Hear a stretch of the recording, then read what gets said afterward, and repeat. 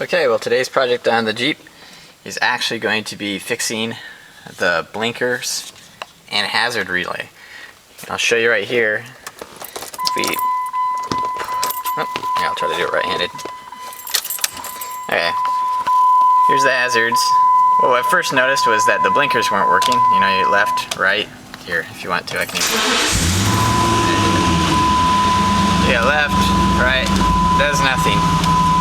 And I thought maybe the bulb went out or maybe blew just a simple fuse, but if you check, even if you turn on the hazards, nothing.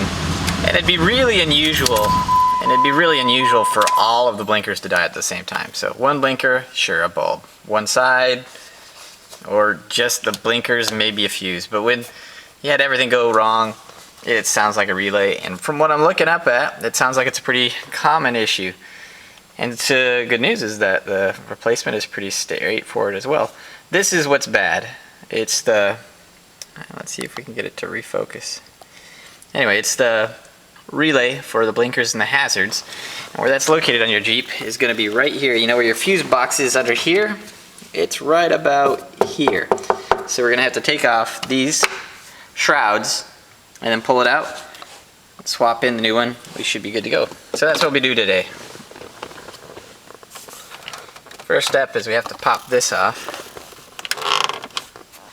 I'm going to try to get my fingers underneath it.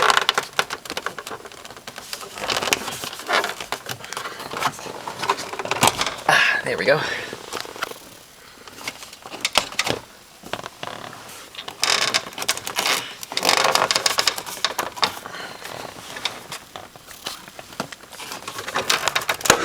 There we go.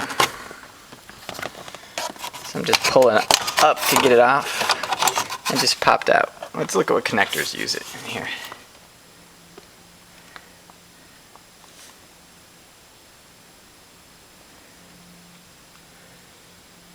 It looks like just spring fittings, like they could actually pull outward rather than straight up. But they're angled, so if you pull up on them, they're going to be okay. Alright, so that's that. Here's a better look inside if you're curious. Okay, so since we have the top off, the next is we're going to take off this bottom piece right here. And that's just with one screw. We have a Phillips head screw right here. And two other bolts right there and right there. Okay, so we're going to grab those next. Okay, so I took out Phillips, the 10 millimeters on the bottom. I'm also going to take out these two right here. One here and one there. Just to give you a better look of what this piece looks like. So this is the top. Now top, that's where the steering wheel goes in. And I took out those two screws, which you wouldn't have been able to get that off without it. And then it has just press fits on the sides, one on this side, and you can see that's where the Phillips was. Those bolts down there are where the 10 millimeters were. Okay, but that's that piece. Okay, so we got the top piece off. We got the bottom piece off. This is what it looks like in there. And here's your fuse box that you're probably familiar with. That's about all you can see with that lower piece on. You have these two, which are attached to the wiring harness. And then up inside here is where we need to be. Over here. See, you've got a bunch of relays in here. And what we're going after is, you see that really tall one? The really tall one, if we're pretending these are buildings, is the one we're going to get out. Now to get that out, you can do a couple things. One is these two screws here, these two bolts, you can just pull them out, unclip the harness, drop the whole thing, and then you have access to it. That's probably the way to do it, but I actually think I'll be able to pry that out and put that back in without taking it out. So I'm going to give that a try. Alright, there it is. Just going to take a pair of pliers to act like my extended fingers. Wiggle.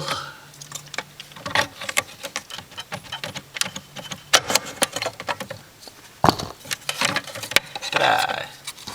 It's out. Okay, so this is the one we just took out. You can see it has 9 connectors.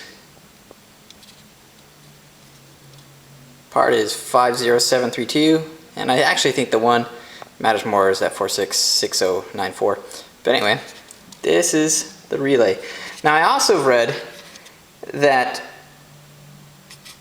it's actually just that over time the soldering joints inside go bad. So technically you could possibly open this up. Actually, I saw one video of a gentleman that opened it up, resoldered his, and just put the same one back in. Me, just for sake of time, I got this other scrapyard one, and we're going to throw that one in instead. And although I don't know the specific years, there is my understanding is there's quite a bit of crossover in what you can pull these from. So you can get these from, of course, the same Jeep, or you can get them from like a Caravan, or a lot of other Dodge Chrysler products have the same relay for their blinkers. Okay, but next we're going to slap this up in there, and we'll see if it works. Okay, that's where we're going.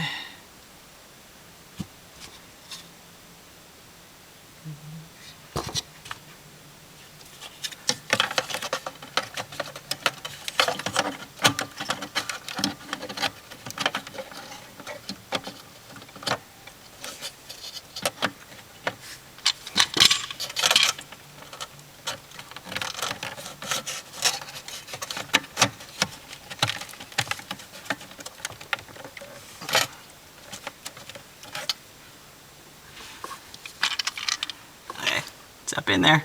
Let's check it out.